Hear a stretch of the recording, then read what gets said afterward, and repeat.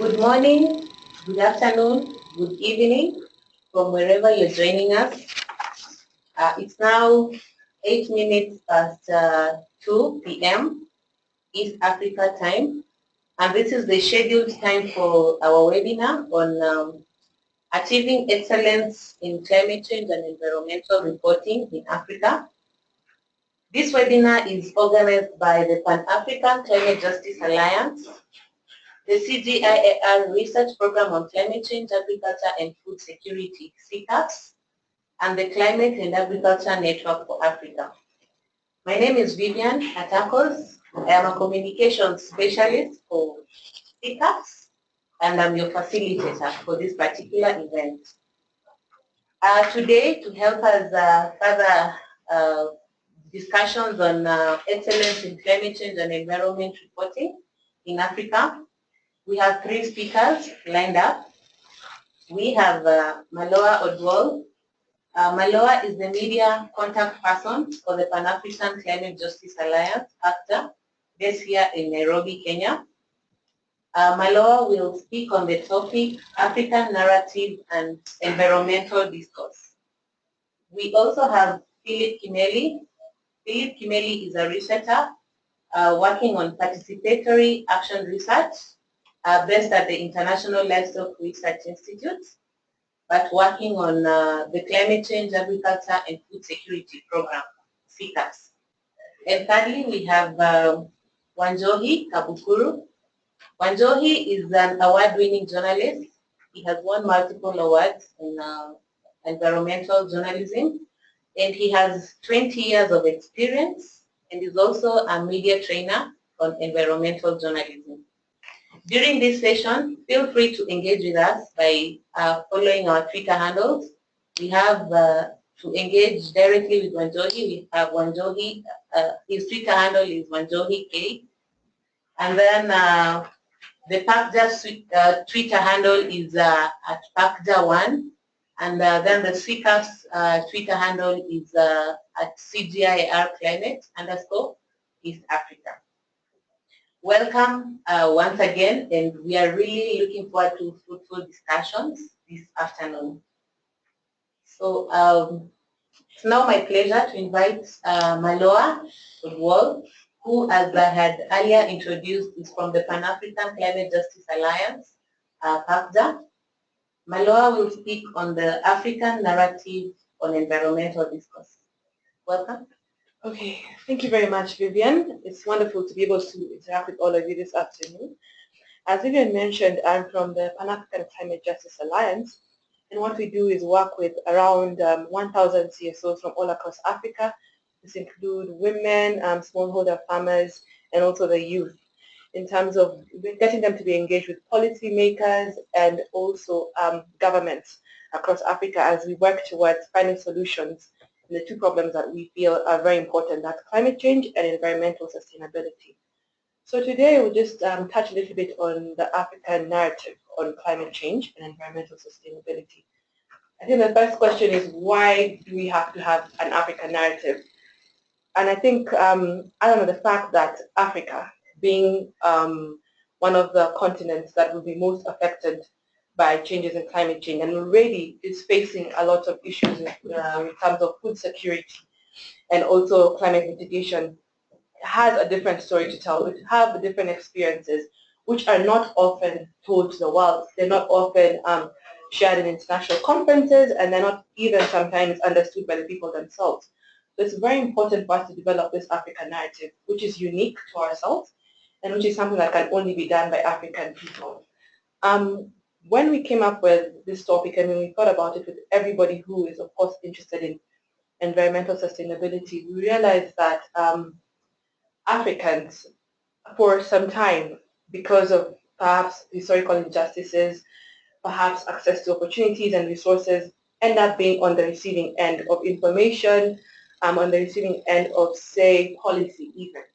And what we want to do, what we hope to do by working with journalists and like-minded partners is to come up with a story that is unique to Africa as a content, that is unique to each of the countries that are on this continent, and most specifically, that is unique to the farmers to the youth and to people on the ground who most times are not involved when we are having discussions, especially international agreements on climate and environment.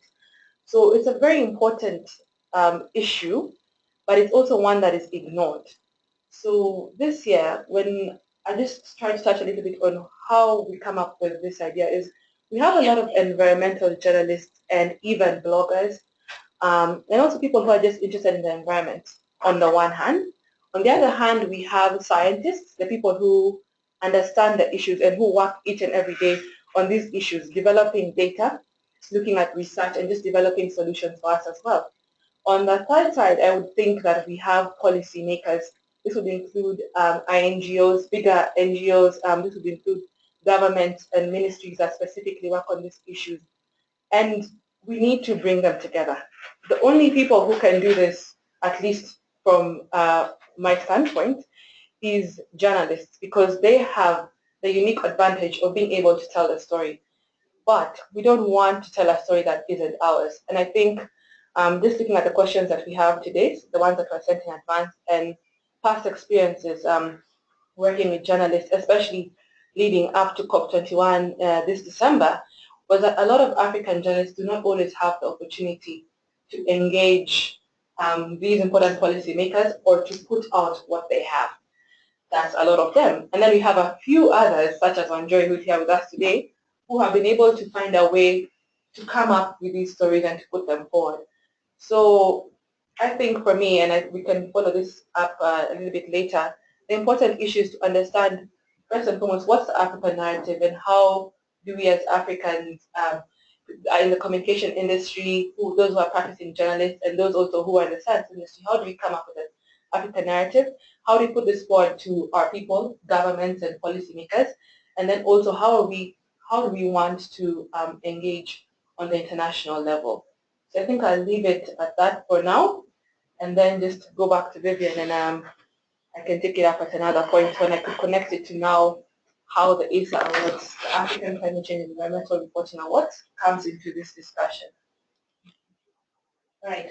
Thank you, Brenda, for bringing in those issues.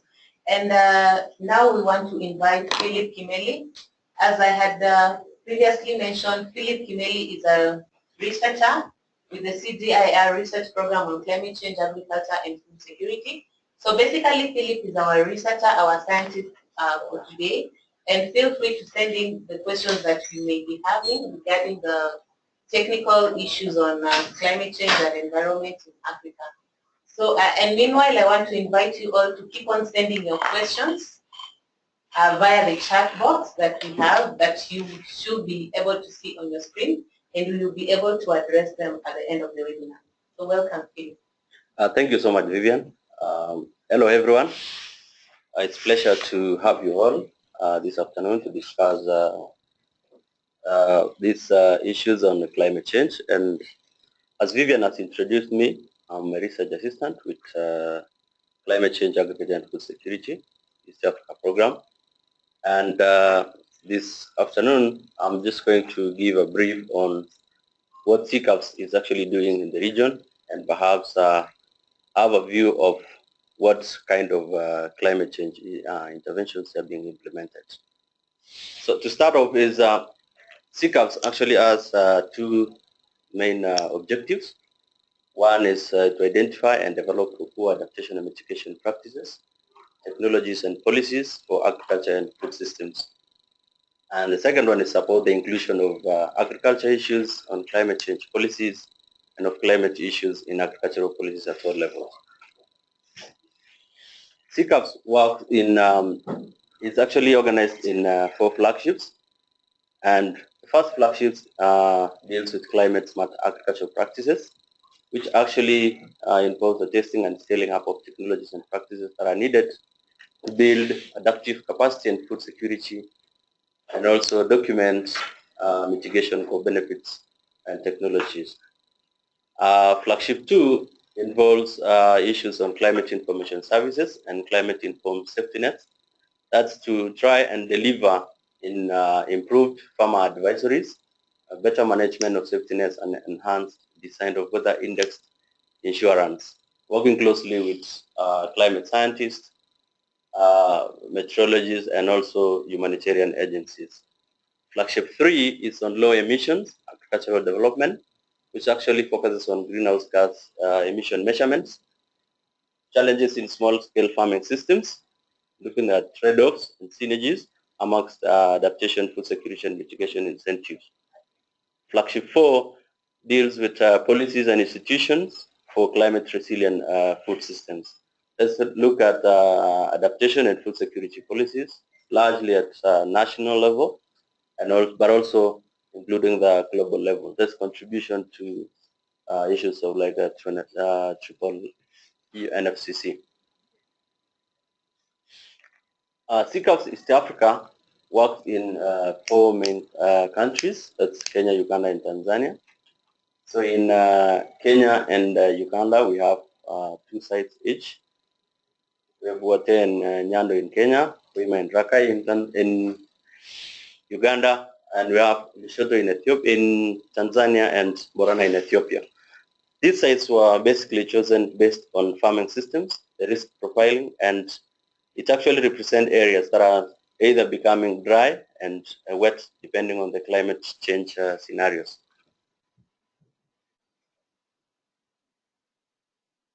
So East Africa basically is, just to mention some of the characteristics on climate, we realize that East Africa exhibits spatial heterogeneity in climate topography, ecosystems, and livelihoods, including the many environmental challenges.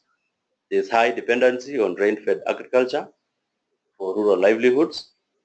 There is pronounced climate variability and climate change, which actually present new challenges to smallholder farmers, with increasing climate-related risks, for instance, the recent drought in Greater Horn of Africa.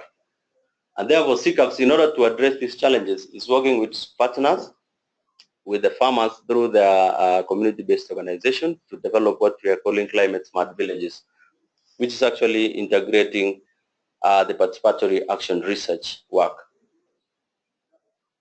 So some of the components of these climate smart villages include the development of, we call it smart weather products, for instance, seasonal weather forecasts. Try to develop ICT-based agro advisories. This to help the farmers to make informed decisions when they're doing their farming activities. We also have index-based insurance, and also integrating the indigenous knowledge together with scientific weather forecasting. Other aspects include the issues of water. We talk about the rainwater harvesting, which is mainly for production of high-value crops such as tomatoes. And then also we look at aspects of controlling soil erosion. That's flood water management, for instance, the development of terraces, stone barns, among others. We talk about also on-farm water management for crop production, for instance, the development of pits. Those are water harvesting structures actually on farm, which mainly the farmers can grow crops within these structures. And then we also look at the farm ponds. And then also on the issues of trying to offer mitigation strategies, we look at the promotion of agroforestry, and then also on soil water conservation structures, multi-purpose trees, which this can be for either bees, forage, can be for fodder for animals, and also planting of trees for fuel wood.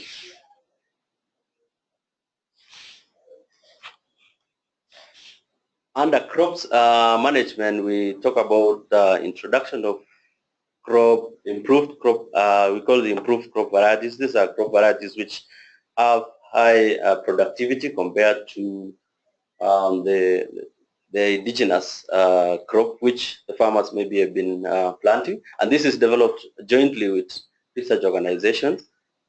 These crops also are resistant to pests and diseases, and they include cassava, which is a drought tolerant, cowpeas, pigeon peas, which are resistant to mosaic virus, and then also introduction of crop tissue culture bananas in areas like in Uganda.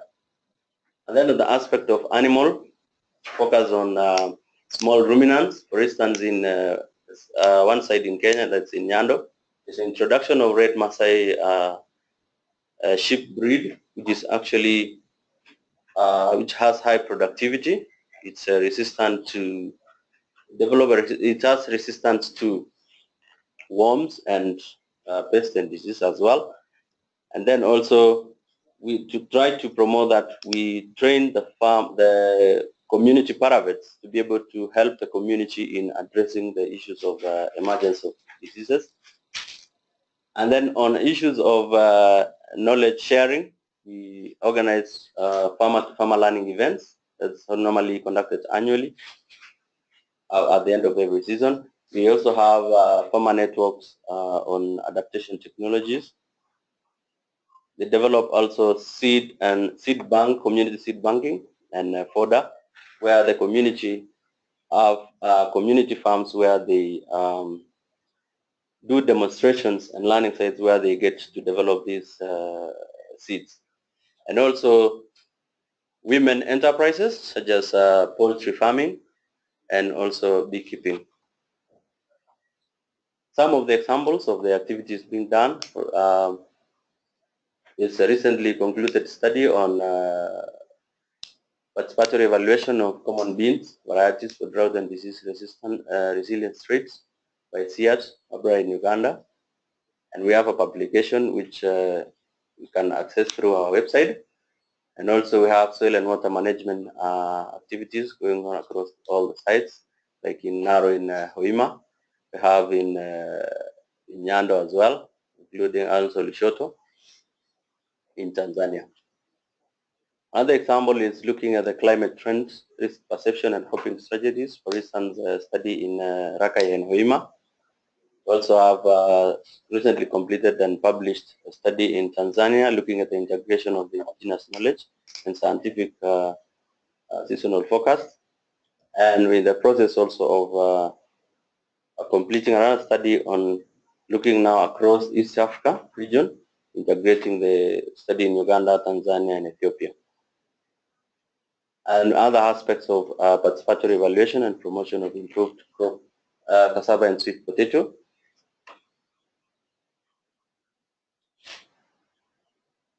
Our work in the CSVS have been actually learning avenues where we've a number of policymakers have taken time and visited the sites. For instance, we recently hosted the Ministry of Agriculture in Kenya. The Cabinet Secretary visited some of the activities we're undertaking. For instance, in livestock, I took time and get to understand what CCAFS and its partners are doing. And then also we have had policymakers visiting from Ethiopian government, Rwandese government, and also the recently held CBA, which was held in Nairobi. We had the participants visiting one of the climate smart villages to get to learn from the farmers and the partners also what kind of activities they are undertaking. One of the ways we try to communicate activities is through publications, blog stories, and we also get to invite media people to visit the sites to get to interact with the farmers and the partners on the implementation of these activities. And in some of the forums where these publications are actually, you can visit our website. We normally have also quarterly newsletters where we get to highlight the interventions, success stories, and also some of the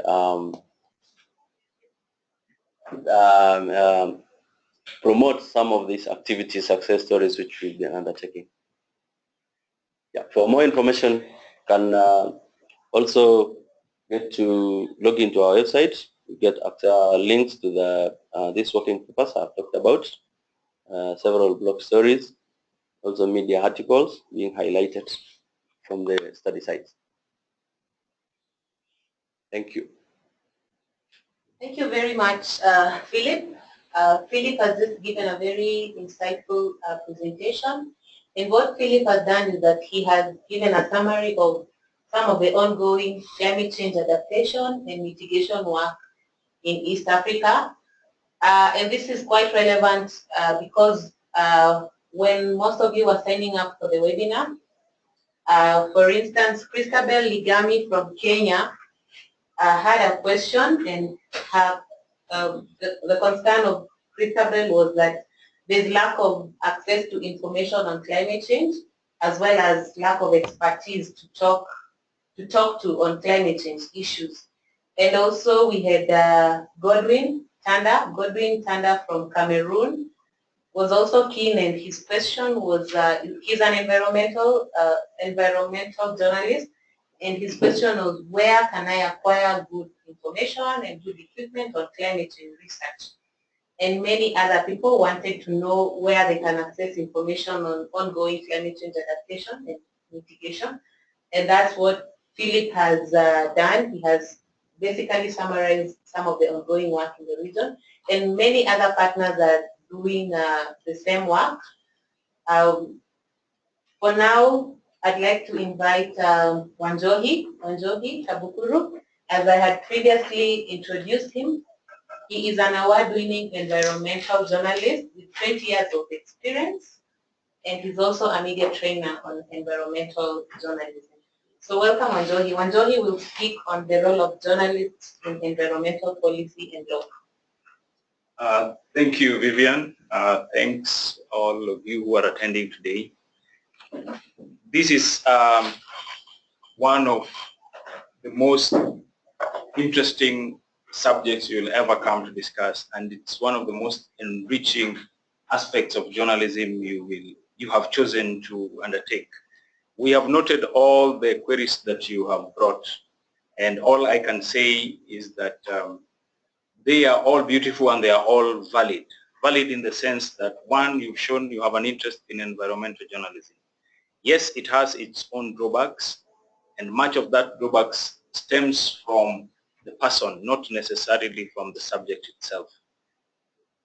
I'll give case studies, and also I will highlight on why it's very important, and encourage you to stick to environmental journalism.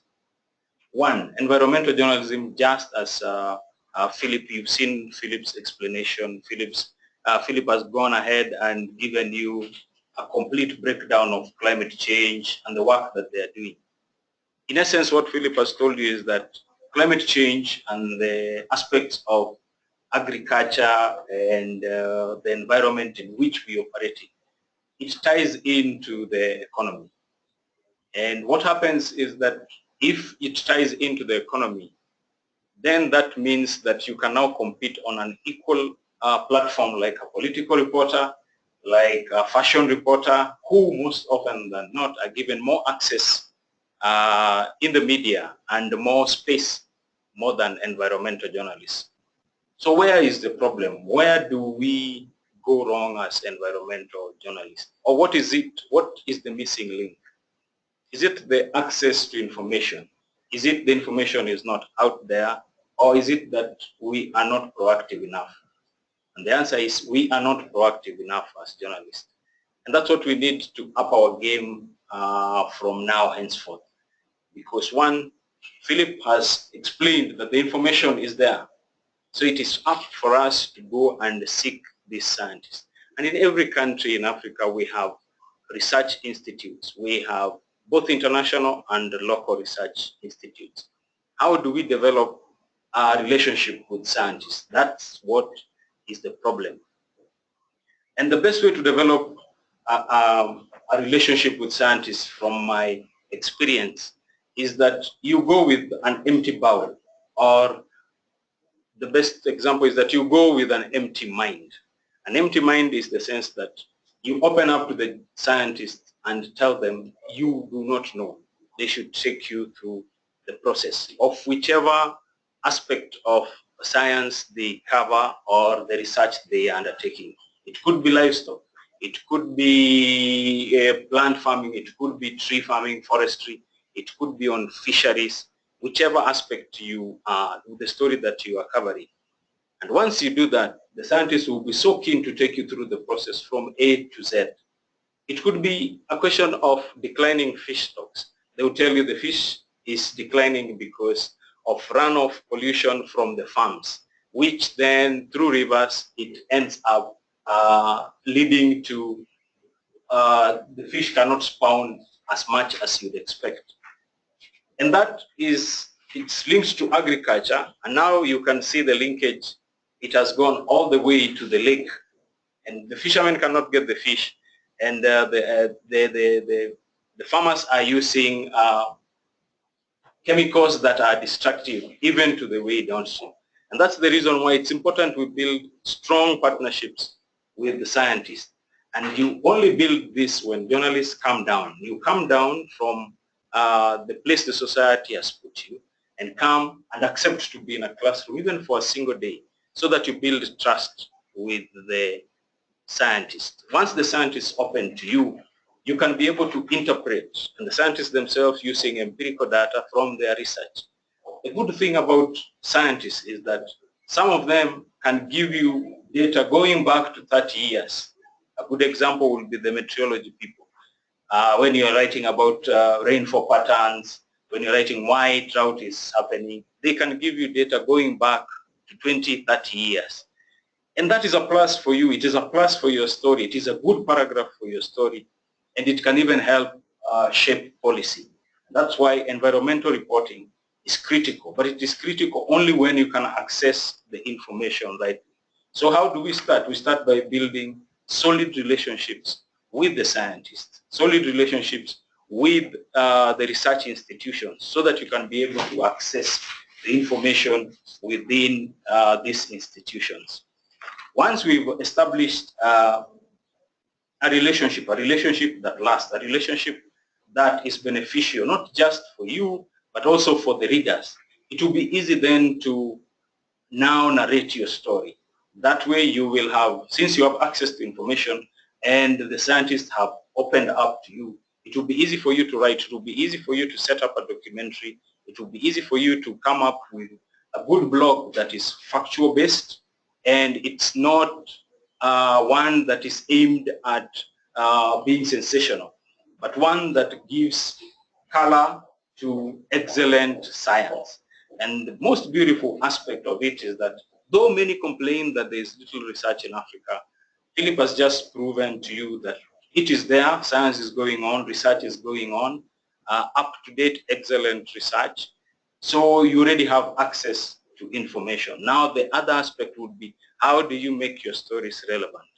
And again, going back to Philip's presentation, you can see we are talking about climate smart villages which can be replicated in other places. So these are the kind of stories which, if you add color, again encompass other aspects of research from the previous years, you can be able to make them into front page stories, because the stories on climate smart villages not only talks about food security, but it also talks about economic survival, it also talks about climate adaptation, and it also talks about how communities can make some more money from their own little resources. It is a story of resilience, and we all know the public loves stories of resilience. But if we continue to tell our stories in a drabby fashion, that is why we cannot compete with the political reporters, because we have already looked down upon ourselves. But as environmental writers, we ought not to look down on ourselves. There are success stories of on-farm inventions, which if applied elsewhere, which if given the necessary language skill sets, and you get good editors who can help you, or you look for good mentors who can help you to clothe your story, to give it a powerful aspect and angle, then the reality is that your story can equally compete with political stories and come out as a top story and even get the front page story. There are very good examples I can give. One, the recent extreme weather conditions in a country like Nairobi, Mauritius, city like Nairobi in Kenya, and Mauritius in the Indian Ocean, and also Comoros. Then you also look at extreme weather conditions in countries bordering the Sahel. This tells you, these are all excellent stories that they can make front page. One, because what happens is that in extreme weather conditions, food security is threatened, and the economies of these countries, mostly which are agricultural based, are also affected. So that makes your story relevant to both political editors and economic editors. Yes, it is a science story, it is an environmental story, but since you've added the economic aspects, since you've added the political aspect of how it will affect many people, the social aspect, then it equally competes. And the good thing is that your story is not just a compilation of facts, but it is backed by raw data from scientists like Philip. Then you are able to sell your story even to the front page and as a primetime news item. The extreme weather conditions I'm talking about in Mauritius were whereby cyclones, which hadn't been experienced in more than 30 years, now could be able to land in Mauritius and also in Comoros. So these are the things that once you have scientists and climatologists and even meteorologists, they back up your story. You can be able even to influence and generate policy. As we move on, I will be able to address other particular questions that you've asked, but now that was just an introductory aspect. I will hand over back to Vivian, and then we'll come back later during the discourse. Thank you very much, Wanjohi. I can tell from the responses and from the questions that are coming in that indeed many journalists in Africa are keen to improve their reporting skills, especially on the topical issues of climate change and environmental matters. So for now, what I'll do, I will read through some of the questions that you have sent through. Yitatek Kelemu had a comment, and he was commenting on Kimeli's presentation, saying that indigenous knowledge, the term being promoted by UNDP is traditional knowledge. We have taken note of that, and I think it refers to more or less the same thing, unless Kimeli, you want to come in. Okay, so we have a colleague here also, Maren. Maren will want to also comment on this issue of indigenous knowledge versus traditional knowledge. Yeah, thank you for the comment. I think a lot of times it depends on the context within which you use this. So for me, it would be defining the context in which you're using indigenous knowledge vis-a-vis traditional knowledge. But I would say that they are linked very closely. But in this particular case, indigenous knowledge here, we are looking at how the local communities have been using the local indicators to sort of tell when the rains are supposed to start, when they're likely to stop, and how much, and all those kinds of things. So I think the context really matters. Let's not dwell on the title. I say it's very important to define the context within which you're using a particular terminology. Okay, thank you, Maren, for the clarification. Other questions are coming from Lydia Limbe. I believe she's in Kenya, Nairobi. And she says, this is Wanjohi, my first story on environment. The piece was, I think it was part of the runners-up in the 2013 Media Council of Kenya Awards. And since then, you've been trying to get into full-time environmental journalism. And you're looking at a mentor, so Wanjohi will be able to address that. And then we have Mahmoud Mohammed from Ghana.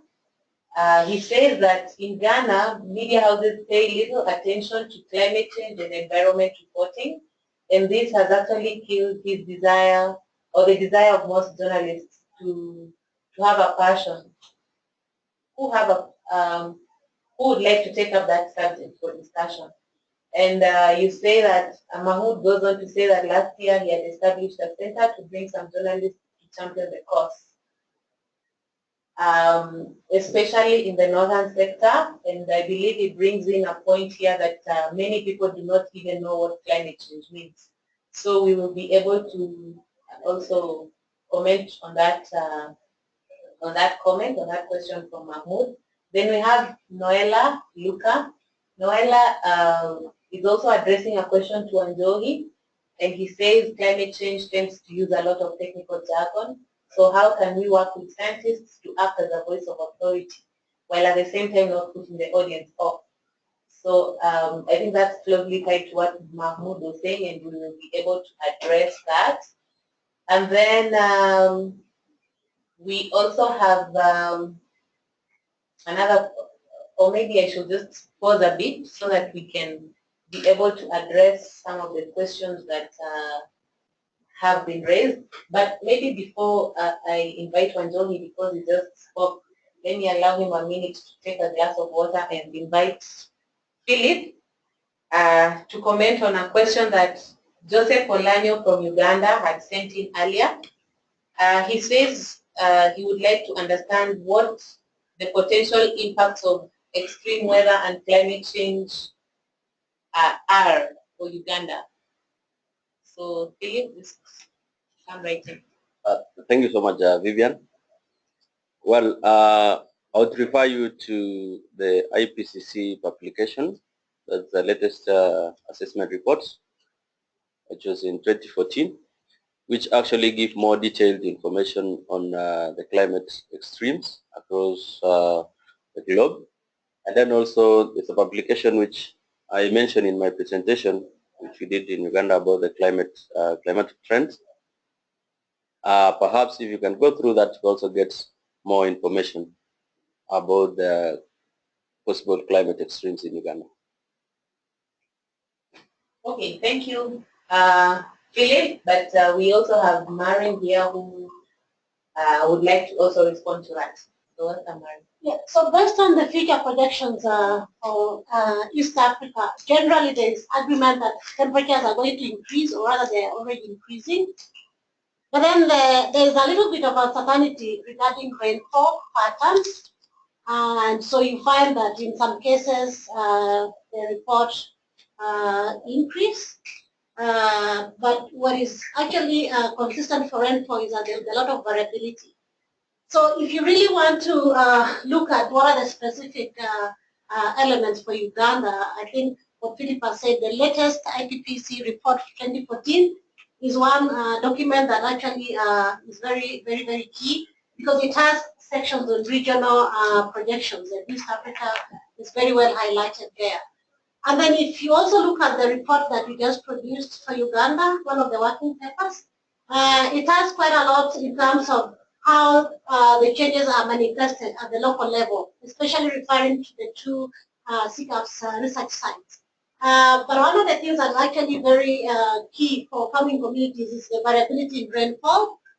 And so it's very difficult for farmers to be able to predict when the rains are starting, how much and how and when they are likely to stop. So if you look at that in terms of making the farming decisions, then it becomes very, very difficult for them to know when to plant, kinds of crops to plant, when even to start preparing their land. So that's why in some of these areas we're also trying to strengthen the element of climate information services. So if you combine climate information with agro-advisories, then even within areas where there's a lot of variability, the farmers are still able to plan their activities without incurring a lot of losses. Thank you very much, Marin, for that. Wanjohi, I'm sure you are ready to tackle some of the issues that have been pointed to you. Go right ahead. Thanks, Vivian, for bringing me in again. Noella and Henry had asked on there's too much jargon. It is your job as a journalist to break down that jargon. And that's why when we started, we said, make friends with the scientists and go with an open mind. An open mind is that you remove all perceptions you've ever had. Just go to them and make them your friends. That way it will be easier for you to access new knowledge. And what you don't understand, do not be afraid to say, I don't understand.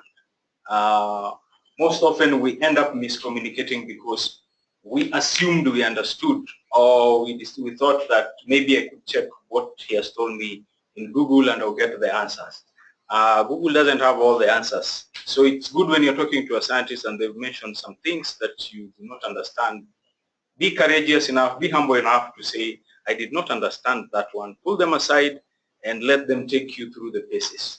That's the easiest way and the best way possible for you to get your story onto the front page. Simply because what you understand, what you love best, what you do with a lot of thrill will definitely show. A story that has your personal touch will definitely show. So in terms of jargon, engage the scientists, engage the people you're discussing with, and let them break it down for you. Don't assume you know.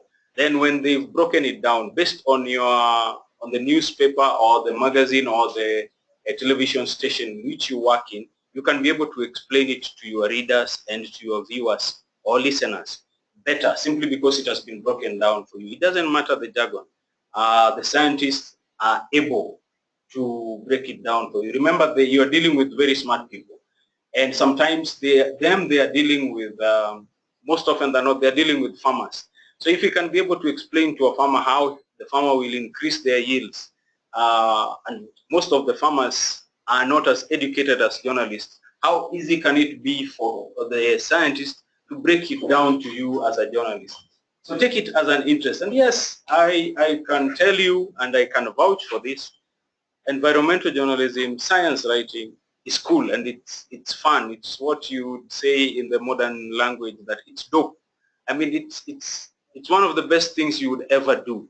And in terms of it, when it comes to journalism, I will tie that one to Mahmoud from Ghana, who said the editors there don't like environmental journalism. And here we'll share a personal experience. Many years ago, when we were setting up an environmental desk, we were with a team of 3 journalists who were given the environmental bit, the science bit.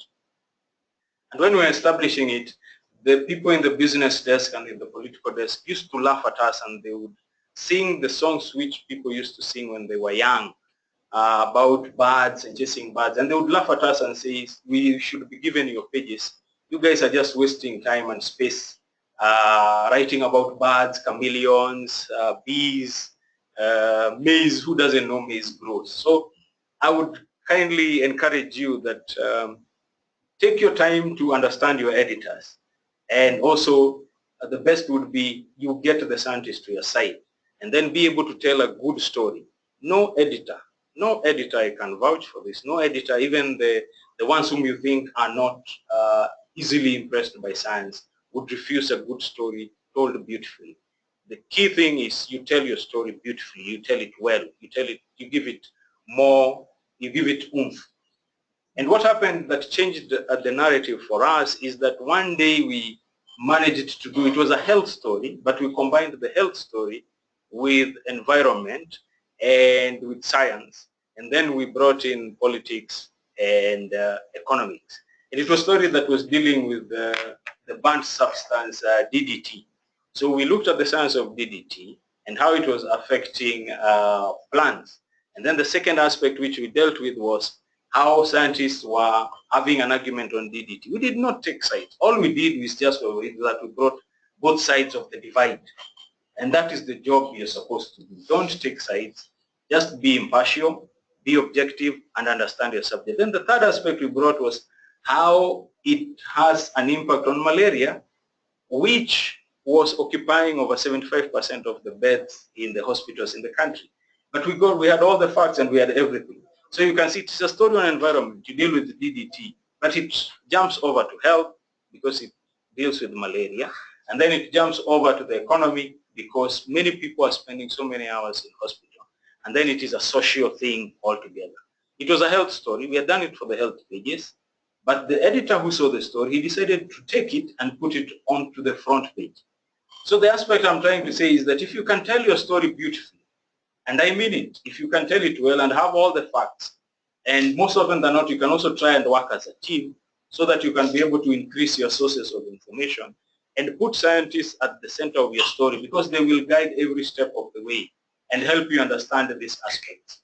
Then you're good to go. And that's why I'm saying environmental journalism is cool. So go for it. Yes, I know there are discouragements at the start, but the end results are as beautiful as any other. We have so many examples of people who jumped from environmental journalism and became very good writers. The retired editor of Guardian in the UK, he was formerly an environmental writer. So you can see, I mean, you can rise to as much as you want if you stick to environment, but just tell your stories beautifully. They will make to the front, the premier news, and to the front page. Lydia, you want some mentorship. Kindly get in touch with Vivian. She will put you in touch with me, and definitely I will be more than glad. We've been offering some mentorship through the Canal Funds International, the CFI Media Aid Funds. So I don't think it will be too big to accommodate you. Please welcome, and don't give up. Okay, thank you, Andoni. Marion here, who's also a researcher at CCAFS, wants to chip in. So welcome, Marion. Yeah, I'd like to comment on the jargon and just to give an example. And I think I would actually refer back to enjoy that you really need to sit down with the scientists and understand what they mean. So I wanted to give an example. When you talk about mitigation in climate change, or when you talk about the word mitigation, naturally, what does it mean to many people? So it's very important to understand the context. So in climate change, if you really wanted to explain the word mitigation, you could look for a simpler way of expressing that. And in climate change, mitigation essentially means reducing emissions of the greenhouse gases, as simple as that. So in our normal spoken English, mitigation is to try to reduce the impact of something. But in climate change, it means reducing emissions from greenhouse gases. So sit down with a scientist, try to understand the context, and you will not have a problem with the terminologies. And the good thing these days is that most scientists are also being encouraged to use simple language that can communicate to a broad range of audience. Thank you, Marion, for that. So now, as you keep on sending your questions, I'm seeing them, and we will continue addressing them as we move on.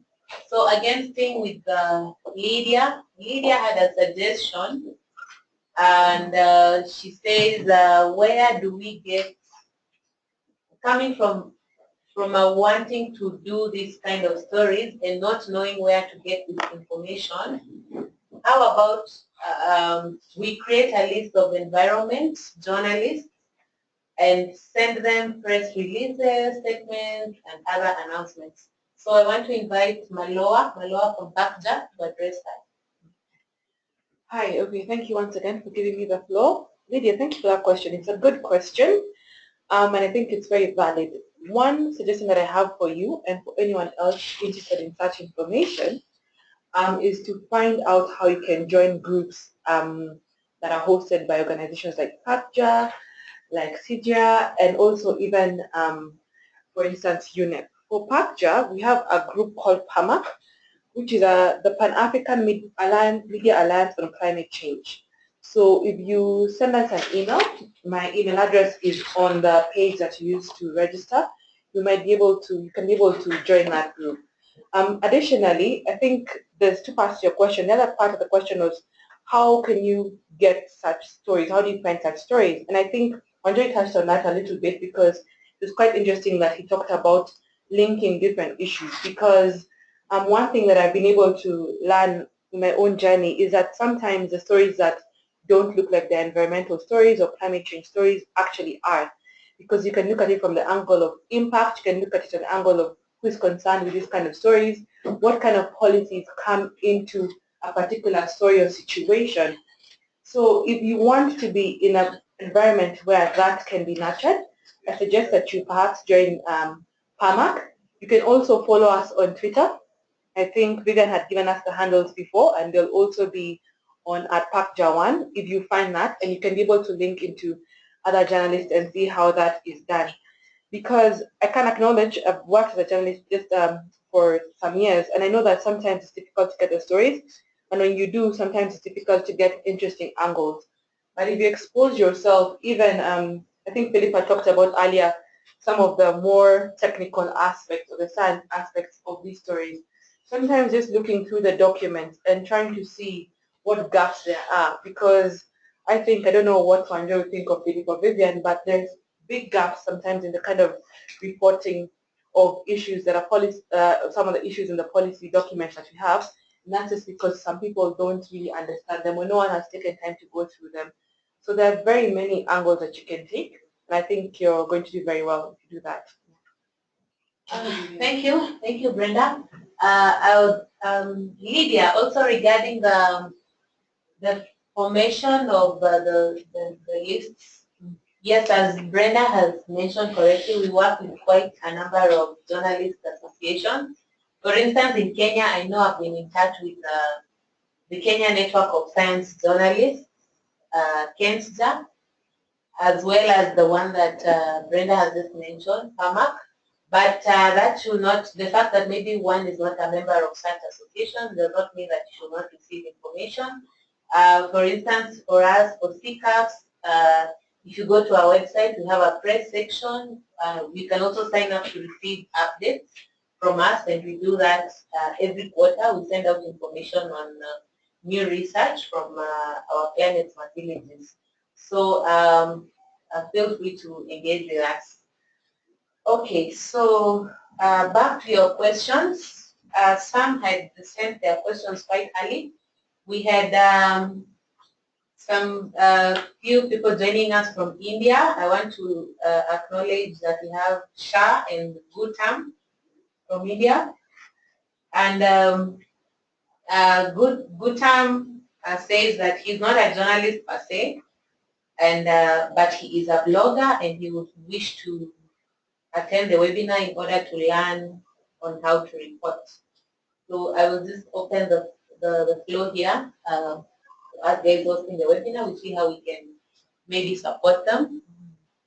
For new people coming in, wanting to report on environment and climate change issues, where can they start? Perhaps I can take up that question.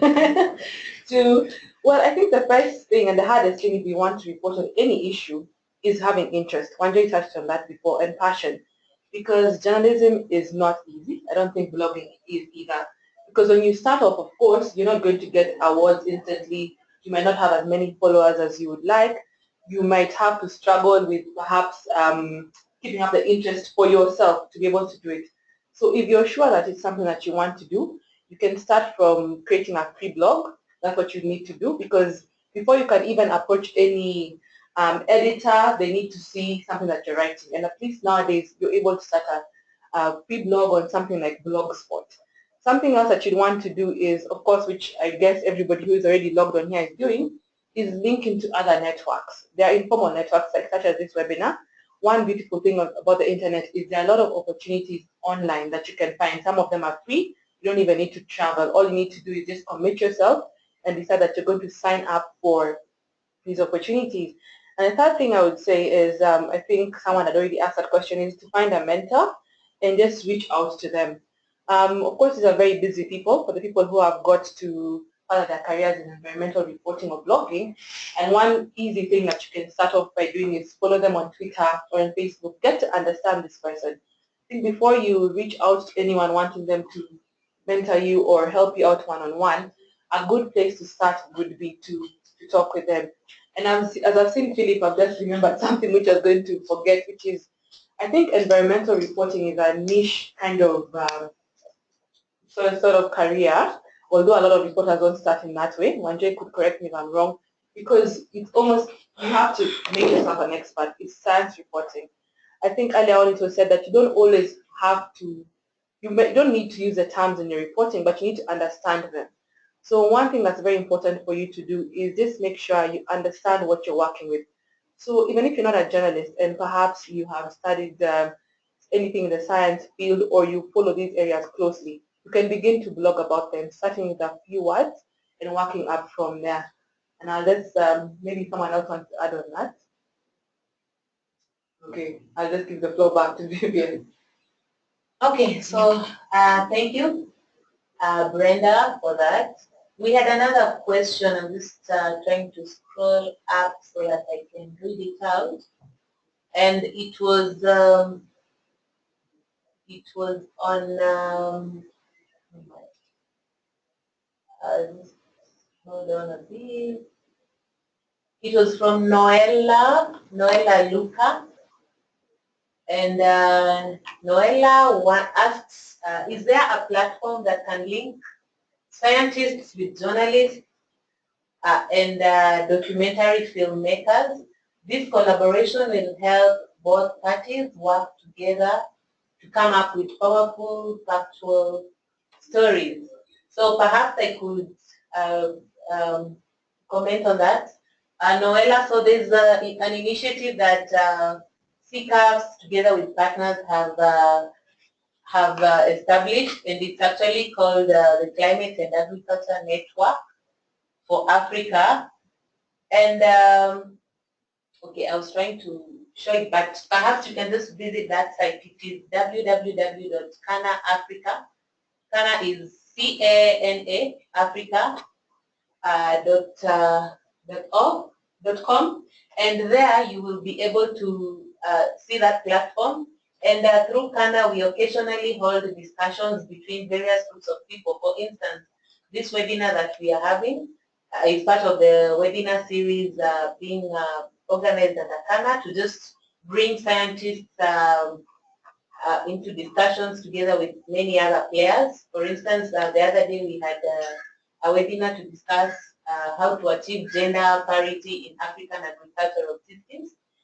We had some policymakers, we had some researchers taking part in that webinar. We've also hosted another one on climate smart agriculture tools for Africa. So there are many platforms, and I will encourage you to register under the Climate and Agriculture Network for Africa, and also follow updates on Cana Cana_Africa, and you'll be able to get more information and maybe link to these scientists and journalists.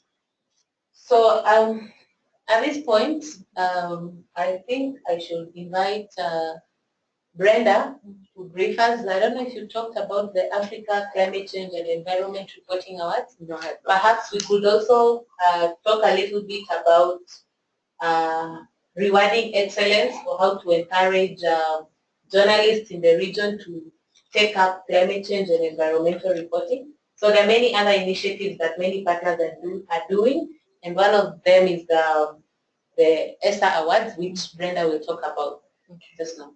Okay. Thank you very much, Vivian. So as you've heard, these are the African Climate Change and Environmental Reporting Awards. And this is the third year running. And the idea behind these awards is basically to encourage environmental journalism. I know that sounds very easy, but it's actually a little bit of a complex concept. The history of these awards are that they were started by the Pan-African Climate Justice Alliance in 2030, and there have been two so far. We held them in conjunction with partners, and if you want to learn more about the partners, you can go to www.esaawards.com. However, I'll speak to just the awards themselves and why they were started. One thing that you might have heard about if you've been following environmental journalism, whether you're new or not, is that last year we had the Paris Agreement, which was signed, which was termed a new regime in the way we look at issues revolving around climate and environment. Unfortunately, we didn't have as much buzz from African media as we expected, and I think even for some countries there was a little bit of what I would call it discouragement from sections of the media when they heard about the numbers of, say, scientists or technical negotiators and even government representatives that are attending these talks. What that showed us was that even 2 years into the awards, we still don't have a lot of journalists who are taking up environmental reporting seriously. And that's what ESA is about. It's about bringing journalists who care about environmental issues. This year we also have bloggers, we have documentary filmmakers to come together, apply for these awards. Unfortunately, the application window has closed, but you can still check and find out what else you can get from that and compete. The idea behind the competition is just to showcase the kind of work being done. I'm aware, and this is one of the questions, that there are some people who didn't get to submit their entries, but they'll be every year, and we want to just raise the profile of environmental and climate change issues in Africa by equipping media practitioners with the necessary equipment and also encouragement. So even if you haven't managed to apply this year, you can check out the awards and just get to understand what kind of stories were put forward and what kind of, whether they are print, whether they are online, whether they are blog reports or radio, what your fellow journalists in Africa are doing, because this is one way to learn. This is one way to encourage one another. I think an important aspect of environmental reporting is because it has an aspect of science and also a technical aspect. While it is cutthroat and still a little bit competitive, it's something in which when one person wins, we all win. So we can all learn from one another. I don't know if Wanjo would want to talk about that a little bit, about the awards as well, the importance of awards. Yes, I would. I'm a beneficiary of more than 3 dozen awards. So, and half of them, more than half of them are in environmental reporting. It's a big honor to win an award, and it opens doors. Some of the questions that majority have asked, like lack of facilitation to write stories from the field, lack of capital to reach remote areas and write, access to funds and that kind of thing. Awards are like the easiest way for you to get access to funds and that kind of thing. I know for sure, and I know for a fact, because what happens is that when you win awards, many UN organizations would come to you and assist you to go to conferences, international conferences, and facilitate you even to go to remote areas. They don't even control your story. You write the story the way you want it. But the ticket for you to reach to this scale is when you won an award. So I would urge you to send your entries, and if you haven't, maybe wait for next time, to the ESA awards. They are very prestigious and they are continental. So which means that you will be the best on writing on the environment or running your documentary in the environment in the continent. I would encourage you to take a stab. I have benefited immensely from awards. They open so many doors that you would never have imagined. And you may not even need to work for anyone sometimes, because the kind of doors that awards open are very prestigious, and not only prestigious, they put some good money in your pocket. And I guess that's what many would want. You want to tell a good story, and at the same time you want to bring impact. And when all is said and done, you want to put some bacon on the table. And go for the awards. It's a mark to be recognized by your peers. It's really motivating and encouraging. That's what actually makes environmental writing extremely dope. So go for it, guys. Okay, so thank you, Anjoni. It's now 10 minutes past 3 o'clock. We still have about, let's say, 20 minutes or less to conclude the webinar. If you have any other questions, you can keep them coming. Otherwise, at this point, we had one question that came from Patrick. Patrick had raised the issue of accessing funding to cover climate and environment stories. So again, I'd like to invite maybe Wanjohi here or Brenda to be able to address that. I can start. One, if you've already jumped in. We are working on the assumption that all of you now have jumped in. You've made the decision you want to become environmental writers. Go for it. Funding is there. You can join the Society for Environmental Journalists. They normally give funds of up to $5,000 for you to pursue stories that in remote areas that you cannot be able to access. You can also talk to the Federation of Environmental Journalists, the International Agriculture Journalists. All these are organizations that can help you. They give some little funding. They can also facilitate you to attend their annual conferences. The good thing is that once you are a member of these organizations, then you qualify for so many other aspects. You can also join the Environmental Journalist Network. They facilitate travel, they facilitate funding to do stories from remote regions. But the best would be if you can be able to do excellent stories, exceptional stories, tell them beautifully, then these people will come to you. You will not need to go to them. That is how I have experienced it myself. But those are the organizations that provide funding, and it's on a continuous basis. Some provide it on an annual basis, some 3 times in a year, others 4 times in a year every quarter. You can also seek funding from the Fund for Investigative Journalists. They support environmental journalism. You can also seek, IUCN had a project. They want to revive it again, and the WWF, whereby they not only train you, but they take you to a remote region to report. So access to funding and facilitation for stories, I think it's there. It's just a matter of how you pitch in your stories and the interest you show and readiness to collaborate with scientists. Thank you.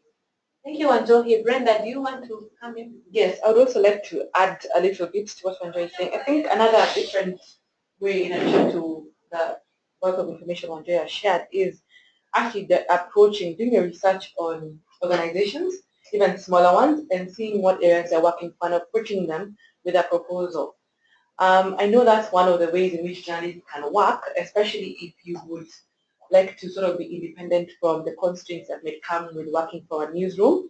If you have an excellent idea, perhaps, and you would like to be able to attend a conference so as to get more information or go to a certain area, come up with a proposal.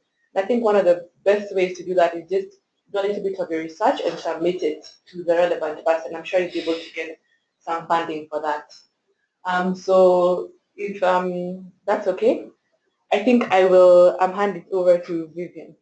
Yes, thank you. And I think we have addressed all your questions. In case something else comes up, feel free to email us. For now, I think I will invite our speakers to just give a parting shot, and then I will close the webinar in the next 5 minutes. So let's start with Philip. Thank you so much, Vivian. I think this has been very informative, and perhaps we'll get to challenge each other, especially the journalists, to take up this issue of environmental reporting. And perhaps my issue would be like, you shouldn't take that mind as Wanjohi had mentioned, that you already have a conclusive mind that scientists are not approachable. Yes, they have the information, and you are the person to report the information. So basically, the best thing would be if you can take the chance, take the courage, take the initiative, and be proactive to seek the information. These people are approachable, they have the information. And for instance, when we talked about, some of you mentioned that this climate change has jargon. They have these big words they use, like mitigation, adaptation. It may not be understandable to an ordinary person, but if you take time to ask and source and get to understand, it would be so easy to be able to report, and perhaps we will get a reward at the end of the day. Yeah, and so I would say that based on what Vivian also has talked about, that there are various platforms where journalists can come together with scientists and other partners like development agencies, the government institution, policy makers, and you can take advantage of that and be part of them and be able to get to scale up your activities and get to write more as it be rewarding. Thank you so much. Thank you, Philip. Next, Brenda. Okay, for me, I'd just like to say environmental journalism is quite interesting. And even if you're thinking of being a blogger, I know we have other people who are documentary filmmakers as well listening. And the challenge for me would be, and I would like to see this grow, and perhaps we could even look at other projects in these areas, how do we make stories interesting, and how do we as journalists translate scientific issues and the policy issues which matter not only today but even for future generations for other viewers or listeners or readers, whichever your format might be. because when I look at the future of environmental journalism, I see it going the way that some in the West have gone. You could make very interesting documentaries and break down factual information. You could come up with blogs that are able to be almost investigative in nature and even save millions and millions of dollars for governments. You could even talk about innovations that people are making and make them important. Because for me, environmental reporting on climate change, reporting on the environment is actually a matter of life and death, because you're reporting on issues that affect food sustainability, that affect policies that are being made, and just basically affect farming as well. And these are the issues that are affecting Africans. So my encouragement is just, I know it's tough. I know I've spoken to a few journalists, especially those starting out or even those looking for funding, but the opportunities are there. So we'll be sharing the opportunities that have been discussed with our partners today and also those discussed by Wanjoy. I encourage you to just go to asaawards.com, look at it.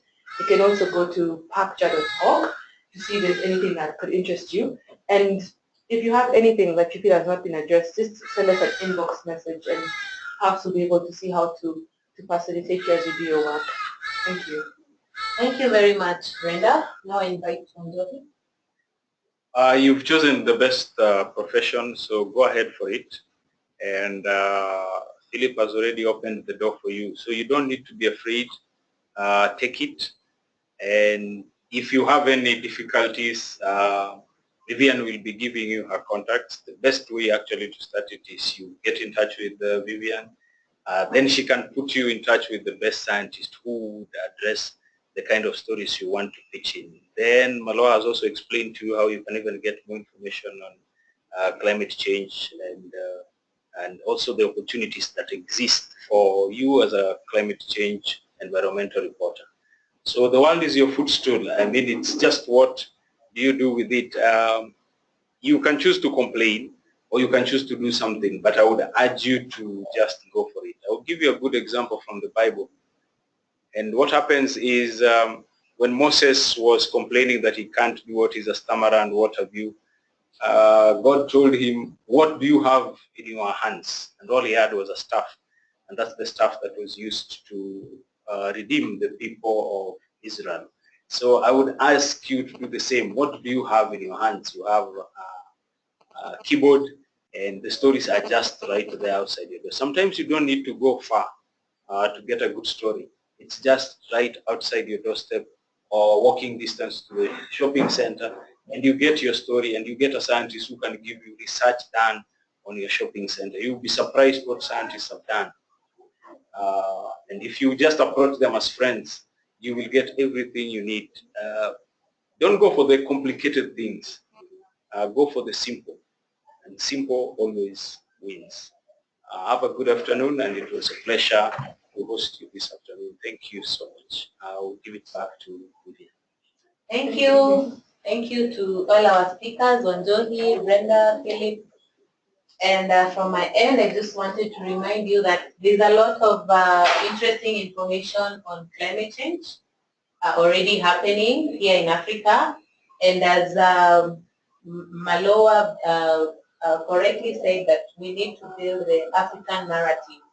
So for any update on ongoing climate change adaptation, mitigation initiatives that are being led by CCAFS, feel free to sign up for our updates. You can go to our website, which is www.ccafs.cgiar.org, and once you're there, sign up for quarterly newsletters. We have e-bulletins sent every quarter.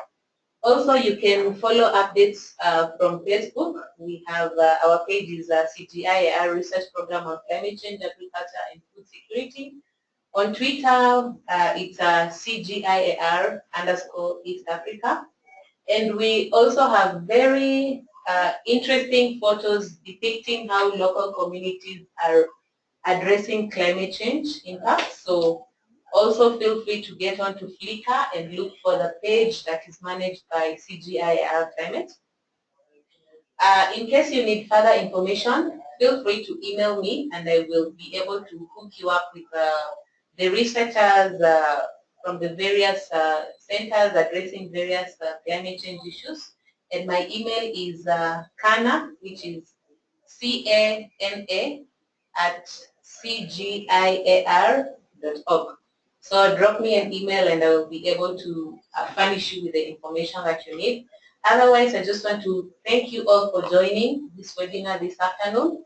And we are going to send you all the contact information for our speakers and all the presentations that were given here. Together with a recording of the webinar, we will send it to you in the coming week. Thank you very much for joining, and it has been a pleasure hosting you. Bye. Bye.